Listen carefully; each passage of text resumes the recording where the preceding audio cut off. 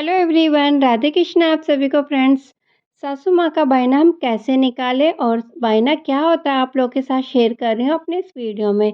तो कई सासू माँ का जो बायना हम कपड़ों के रूप में 16 श्रृंगार और उनका जो भोजन हम देते हैं पूजा पूर्ण करने के बाद, उसको कहते हैं हम बायना। तो कई यहाँ पे पूजा की जो थाली होती है जिसमें हमने ये सारा सामान रखा होता है सासू माँ के लिए, उनके कपड़े, उनके भोजन और उनका 16 श्रृंगार, उसको हम कहते हैं बायना। और उनका आशीर्वाद लेके हम अपनी पूजा को पूर्ण करते हैं। तो गाइस यहाँ पे हमें क्या क्या रखना चाहिए उस थाल में, वो भी आप लोगों के साथ शेयर कर रही हूँ। तो गाइस यहाँ पे देखिए मेरे पास एक बहुत ही सुंदर सी थाली जो मैंने DIY करके खुद बनाई है। तो लड्डू गोपाल जी की जब मैं पोशाक बनाती हूँ तो उनसे जो कपड़ा बच जाता उसमें से ये मैंने थाली बनाई है। साथ में ये मैंने बनाया है पूजा के लिए ये लोटा। तो गाइस यहाँ पे एक गोटा मेरे पास लड्डू गोपाल जी की पोशाक के लिए होता है, घर पे रखती हूँ मैं ये सब चीज़ें। तो यहाँ पे मैंने ये थाली तैयार की है। तो ये थाली अगर हम बाहर से लेने जाएंगे तो आपको 250 से 300 रुपये की आराम से मिलेगी। पर ये मैंने कुछ सामान के साथ अपने घर पे इसे DIY करके बना लिया है। तो ये बहुत ही सुंदर सी थाली बन गई हमारी पूजा के लिए। तो करवा चौथ के दिन इसको हम यूज़ करेंगे और साथ में ये हमारे दिवाली पे भी काम आएगी। तो गाइस यहाँ पे सबसे पहले जब तक हम अपने लड्डू गोपाल जी की कुछ ख़रीदारी नहीं करें तो हमारी पूजा की तैयारी शुरू नहीं होती। तो यहाँ पे देखिए मैंने अपने लड्डू गोपाल जी के लिए दिवाली और करवा चौथ के लिए दोनों के लिए पोशाकें ले रखी है। तो यहाँ पे एक रेड है और एक पिंक कलर है। तो रेड मैं पहनाऊँगी करवा चौथ वाले दिन और पिंक पहनाऊँगी मैं उनको दिवाली वाले दिन। तो मेरे पास है 2 लड्डू गोपाल जी, तो दोनों की मैं मैचिंग ड्रेस लेती हूँ। तो छोटे वाले लड्डू गोपाल जी का जो साइज़ है मेरे वो है 0 साइज़, तो 0 साइज़ और 4 नंबर। तो ये दोनों पोशाकें मेरे दोनों लड्डू गोपाल जी की है। वैसे तो मैं काफ़ी सारी इनकी पोशाकें रखती हूँ एक्स्ट्रा। तो यहाँ पे देखिए लेकिन ये स्पेशल मैंने पहले से शॉपिंग करके रखी हुई है उनके लिए। तो यहाँ पे ये 2 कलर की मैंने सेम ली है ड्रेस। तो देखिए चलिए सबसे पहले मैं आपको दिखाती हूँ कि पूजा में हमें क्या क्या चाहिए। तो गाइस ये है मिट्टी का एक करवा जिसमें ये होल होना चाहिए, मतलब ये छेद होना चाहिए। तो जिसे हम अर्घ देंगे चाँद को तो इसमें एक ऐसा छेद होता है पानी वाला। तो ये करवा चौथ का जो करवा जिसे कहते हैं इसको मिट्टी के करवा पूजा के लिए होना चाहिए। साथ में एक जोड़े से आप स्टील का, तांबे का जो भी आप रखना चाहें, साथ में आपको एक और रखना है। तो यहाँ पे ये मैंने 2 करवे रख रखे हैं। कुछ जगह चांदी के भी रखते हैं और कुछ ये जो पीतल के बने होते हैं करवे वो भी रखते हैं। तो यहाँ पे जो भी आपके समर्थ हो आप उस हिसाब से अपने करवे रख सकते हैं। तो गाइस यहाँ पे दिखा रही हूँ सबसे पहले सासू माँ के बायने में हमें क्या-क्या रखना चाहिए। तो श्रृंगार में सबसे पहले चुटकियाँ जो पैरों में बिछे हुए होते हैं उसको रखना चाहिए। और जो 16 श्रृंगार होते हैं बिंदी, कंघी, सिंदूर, मेहंदी, लिपस्टिक जो भी सासू माँ यूज़ करती हैं उनको रखिए और साथ में चूड़ियाँ रखिए ज़रूर।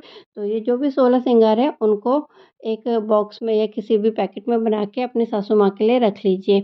और साथ में जो भी हम उनके लिए कपड़े लेते हैं, वो सूट पहनती है, साड़ी पहनती है, उस हिसाब से उनकी पसंद के आप कुछ भी साड़ी या कपड़े जो भी आप रखना चाहें उसे रख लीजिए। तो गाइस यहाँ पे मेरी सासू माँ साड़ी पहनती है तो मैंने उनके लिए ली है ये साड़ी और उन्हीं की पसंद की ये साड़ी है। तो गाइस यहाँ पे देखिए ये साड़ी ली है और ब्लाउज़ तो इसमें रेडीमेड आता ही है साथ में लगा हुआ, तो इसलिए मैंने ब्लाउज़ नहीं लिया। साथ में पेटीकोट मैंने अलग से रेडीमेड बना हुआ ले लिया है। तो गाइस यहाँ पे सासू माँ के लिए हमने एक साड़ी तैयार की है।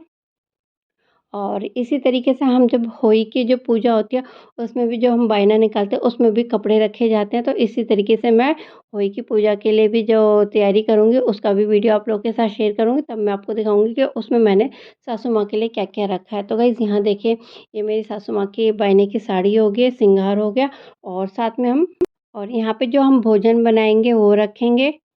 और ये चीनी का करवा होता है तो ये पूजा के बाद हमें अपनी सासू माँ को देना होता है। तो इन कपड़ों पे रख के हमें ये चीनी का करवा रख के देना चाहिए। साथ में इसमें बताशे या पैसे जो भी दक्षिणा रखनी है वो सब चीज़ें आप इसमें रख लीजिए।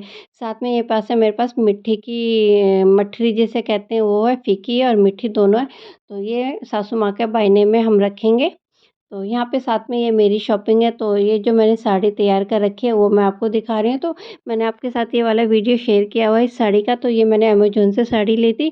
तो ये मेरी साड़ी है जिसका ब्लाउज़ सिल के आ गया। तो गाइस यहाँ पे ये मेरी साड़ी का ब्लाउज़ है और इस पे मैंने फ़ॉल लगा ली थी अपनी साड़ी में। तो यहाँ पे ब्लाउज़ भी बहुत सुंदर सिला है। तो मैंने बहुत ही सिंपल सा ब्लाउज़ बनवाया है क्योंकि ये एवरग्रीन साड़ी इसको हम कभी भी पहन सकते हैं। और साथ में लिए मैंने ये मैचिंग की चूड़ियाँ।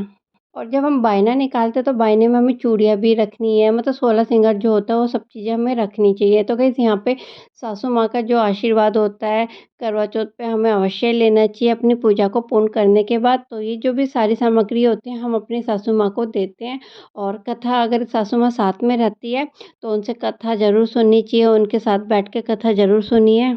यहाँ साथ-साथ मैं आपको दिखाती जा रही हूँ कि मैंने क्या-क्या शॉपिंग कर रखी है। तो गाइज़ यहाँ पे मैं आप लोगों के साथ अपनी भी शॉपिंग दिखा रही हूँ और साथ में मैं आप लोगों के साथ शेयर कर रही हूँ कि सासू माँ के जो बायने में हम क्या-क्या रखते हैं। तो गाइज़ यहाँ पे जब हम सासू माँ का बायना रखते हैं, तो उसमें हमने कपड़े रख लिए, खाने का सामान रख लिया और सासू माँ अगर दूर रहती है, तो ड्राई फ्रूट का पैकेट रख लीजिए, ड्राई कोई चीज़ रख लीजिए, जो हम जब उनसे मिले तो उनको दे दें। तो मेरी सासू माँ रहती है थोड़ा दूर, थोड़ा क्या ज़्यादा ही दूर रहती हैं, तो जब मैं उनसे मिलती हूँ तब मैं उनको सब सामान दे देती हूँ।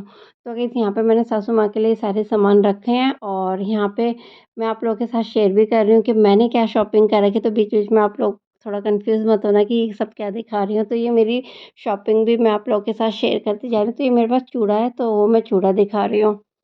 तो गाइज़ यहाँ पे जब हम सासू माँ का जो बायना निकालते हैं, उसमें हमने कपड़े रखे हैं, उनका भोजन जो हमने बनाया उस दिन वो रखेंगे और नहीं तो ड्राई भोजन भी रख सकते हैं, जो भी ड्राई फ्रूट वग़ैरह होते हैं उसको भी रख सकते हैं और साथ में दक्षिणा ज़रूर रखिएगा, तो दक्षिणा रखना भी बहुत आवश्यक है। और यहाँ पे हम लोग सारा सामान एक थाली में रख लेते हैं और अपनी पूजा को पूर्ण करते हैं। जब हमारा चाँद आ जाता है तो चाँद को अर्घ देने के बाद हम अपने पतिदेव की पूजा कर लेते हैं। उसके बाद वो थाल को हम लेके सासू माँ को पहले देते हैं और 7 बारी जल से छिड़काव करने के बाद सासू माँ को हम उनके पैरों को छू के और उनकी झोली में इस थाल को रख देते हैं। तो इस प्रकार से हम लोग अपने घर में सासू माँ का बायना निकालते हैं। तो दोस्तों उम्मीद करती हूँ आपको ये वीडियो पसंद आ रहे होंगे। और ये सारी सामग्री को हम एक थाली में रख लेते हैं और जब हम पूजा को पूर्ण करते हैं, जब हम चाँद को अर्घ दे देते हैं, पतिदेव की पूजा कर लेते हैं, उसके बाद हम अपनी सासू माँ की पूजा करते हैं।